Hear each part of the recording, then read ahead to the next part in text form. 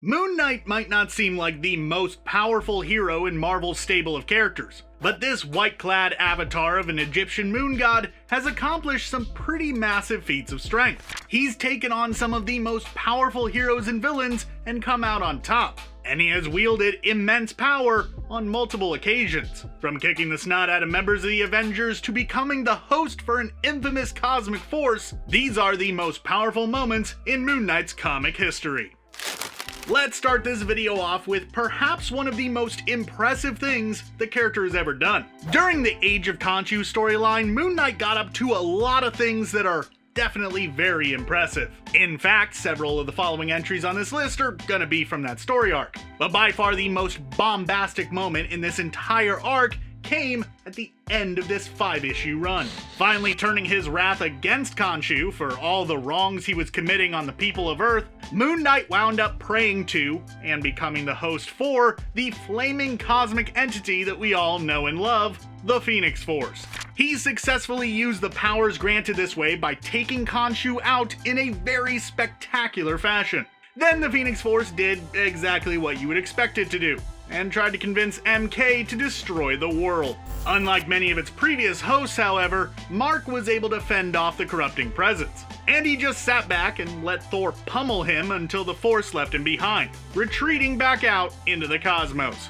He could have become the destroyer of worlds, one of the most powerful beings in existence, but he didn't, simply because he chose not to. And that perfectly illustrates just how much of a badass Moon Knight really is.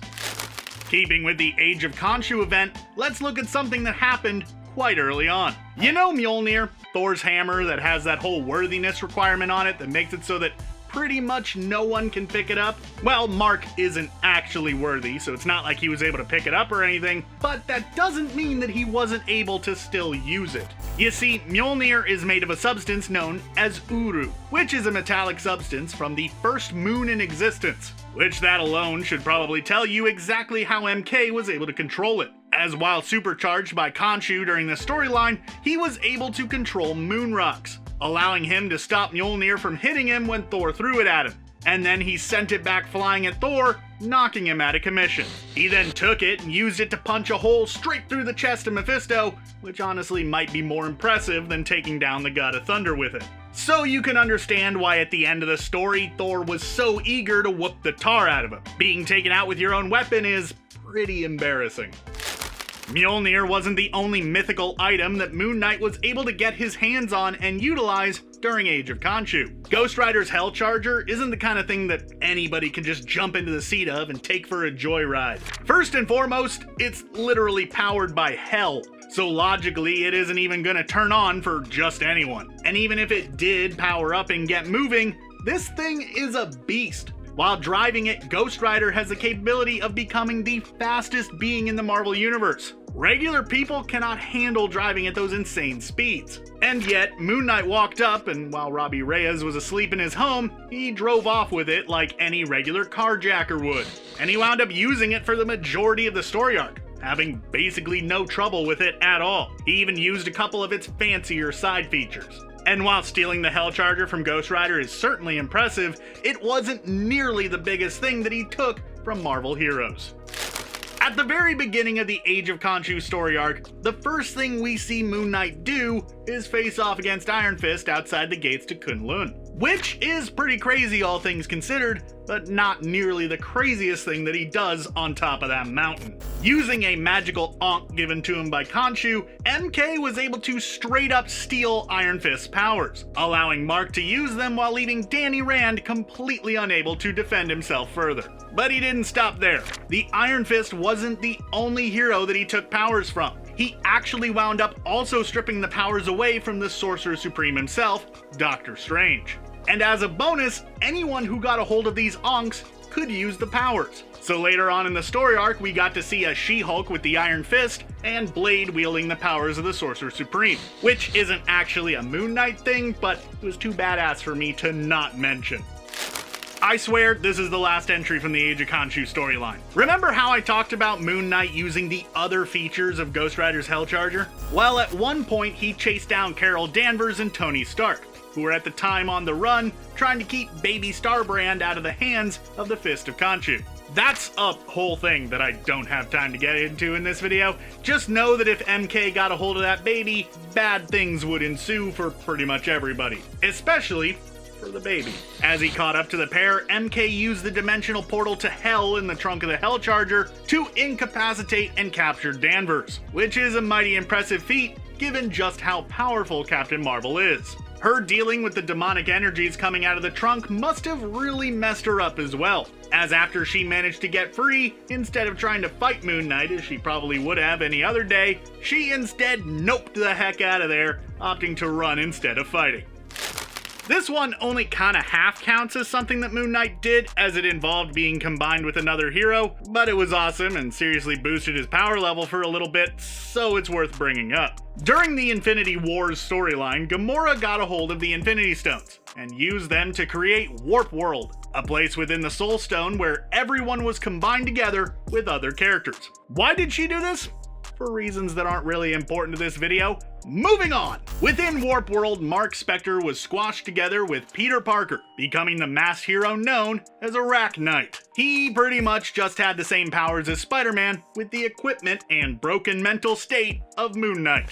Eventually, Gamora released all the people from the Soul Stone. However, Warp World somehow endured, and so did Arachknight. He eventually went on and joined up with Iron Hammer, Soldier Supreme, and Weapon Hex, and formed the Defenders. Something that I would personally love to see on the big screen, if for no other reason than the fact that Weapon Hex sounds really cool. You know how the Marvel Cinematic Universe has been all about the multiverse lately? Using alternate versions of characters and such to tell stories that they couldn't otherwise? Well, Moon Knight did that decades ago. At one point in the comics, Magus, a future version of Adam Warlock, created a series of evil doppelgangers of famous Marvel heroes. Among them was the creature known as Moonshade. This abomination possessed the ability to absorb the life force of other beings, which he used on other versions of Moon Knight from across the multiverse. Becoming more and more powerful, the more of them he took down. Or gobbled up. I guess it's sort of hard to tell exactly how he does the deed. Obviously, this was a massive problem, so Moon Knight, being the Giga Chad that he is, decided to give chase, traveling to multiple different worlds before he caught up to him. Despite being significantly souped up after absorbing the life force of so many Moon Knights, Mark Spector was able to take him down, with a little bit of help from Moon Man, a Batman-esque version of the character. So there you go. Moon Knight was a certified multiversal traveler years before Benedict Cumberbatch even thought about it.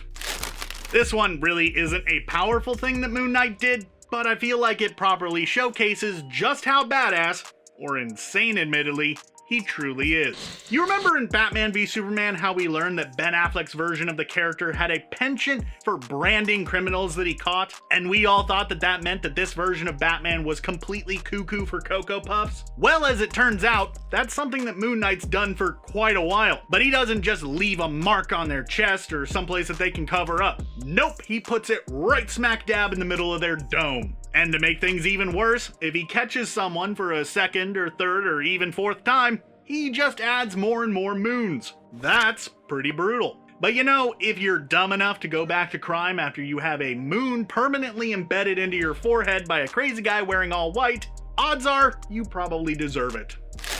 But, you know, it could be significantly worse. While fighting longtime baddie Bushman, Moon Knight did something that went above and beyond just putting a moon on his forehead. These two characters have faced off numerous times over the years, with each of their battles seemingly becoming more and more intense and bloody. It all culminated in Moon Knight Volume 5, Number 2, where their bloody battle was brought to an end when MK whipped out a crescent dart and used it to cut Bushman's face completely off. Yeah, it was just about as brutal as you would imagine. And the thing is, this wasn't even the last time that these two fought. Bushman came back later, looking for revenge. Which I can't really blame the guy for wanting revenge, but he cut your whole face off, my dude. Maybe now is the time to throw in the towel and go get an office job or something. Maybe work the phones or something, so that way nobody has to look at your face.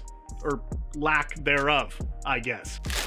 Let's talk about a couple people who Moon Knight managed to defeat in combat that he had absolutely no business taking down. First up is one that's a little bit more on the level with him. the Punisher. Punisher and Moon Knight have never really gotten along with each other, with each of them viewing the other as a crazed psychopath. And after hearing about Moon Knight cutting a dude's face off, I can kinda see where Frank Castle is coming from on that one. One particular moment that saw the two come to blows was when they were forced to team up to deal with the Secret Empire back in the 90s. They sorta worked out decently well for a little bit there, but tensions quickly flared up, and the two came to blows. Spider-Man tried to stop them, but Frenchie stepped in and told him to just let them punch it out for a bit, and it was quite the brawl.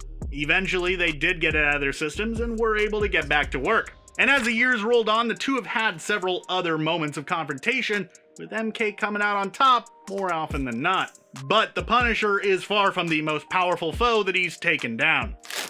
You know how Khonshu's chosen avatar takes on the mantle of Moon Knight? Have you ever wondered what other gods chosen are called? Well, when Amun-Ra chooses somebody, they become the Sun King. And based off that name alone, you can probably guess that Sun King has fought with Moon Knight on a couple of different occasions. And you would be 100% correct. Over the eons, Moon Knight and Sun Kings have duked it out several times, often with the Moon Knights coming out on top. And not that long ago, another Sun King arose, and caused quite a bit of trouble for MK, even going so far as to threaten his kid. However, Moon Knight was able to rally and take him on, eventually effectively beating the blessing of Ra out of the guy, turning him into a whimpering mess of a human being. It was actually a pretty amazing fight to see play out, and really goes to show that when the chips are down, you can count on MK to pull through and come out victorious.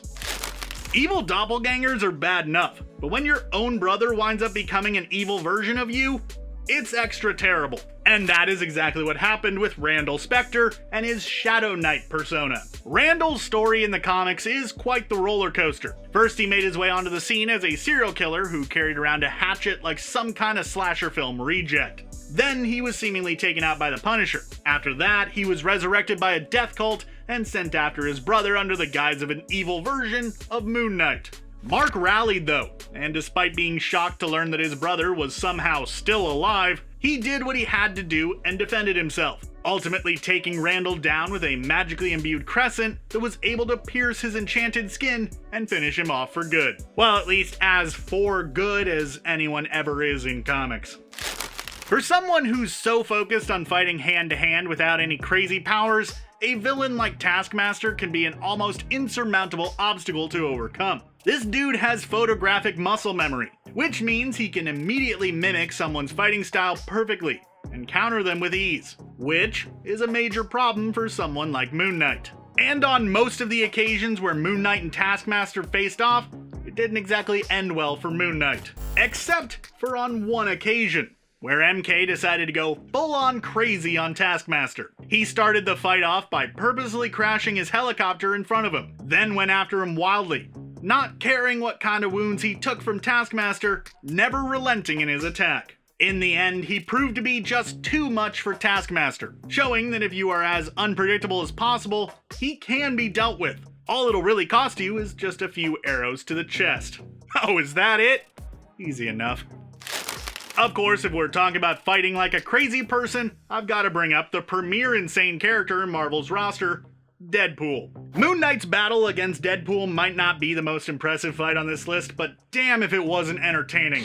Deadpool spent the entire fight quipping, as you would expect, and the two just laid into each other, with the main fight taking place in a funhouse of all places, perfectly accenting Mark's split personalities and Wade's wacky demeanor. And it all culminated in a fantastic ending. See, at the time, MK was trying not to kill people anymore, which caused him to hold back in most fights. But once he was reminded of Deadpool's healing factor, he just let loose, absolutely brutalizing the guy. Now, it wasn't the best showing for Deadpool in terms of his strength, but it was an absolute phenomenal read regardless. In fact, I would recommend reading the entirety of the Vengeance of Moon Knight series. It's awesome. Finally, we have a face-off between Ultimate Moon Knight, making his first appearance on this list, and the Ultimate Spider-Man.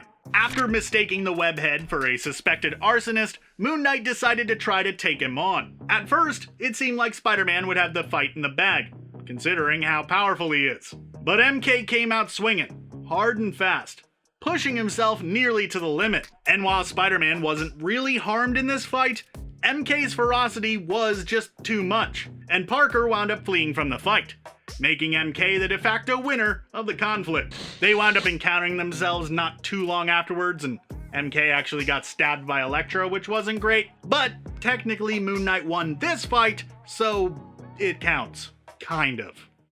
Hey there everybody, I'm John Aljets. I made this video and I want to know what you think. What was the most impressive Moon Knight moment on this list? Be sure to let me know your thoughts down in the comments below, or go ahead and shoot me a response over on Twitter. I'd love to hear from you. Thanks for watching, and be sure to subscribe to CBR for more great videos just like this in the future.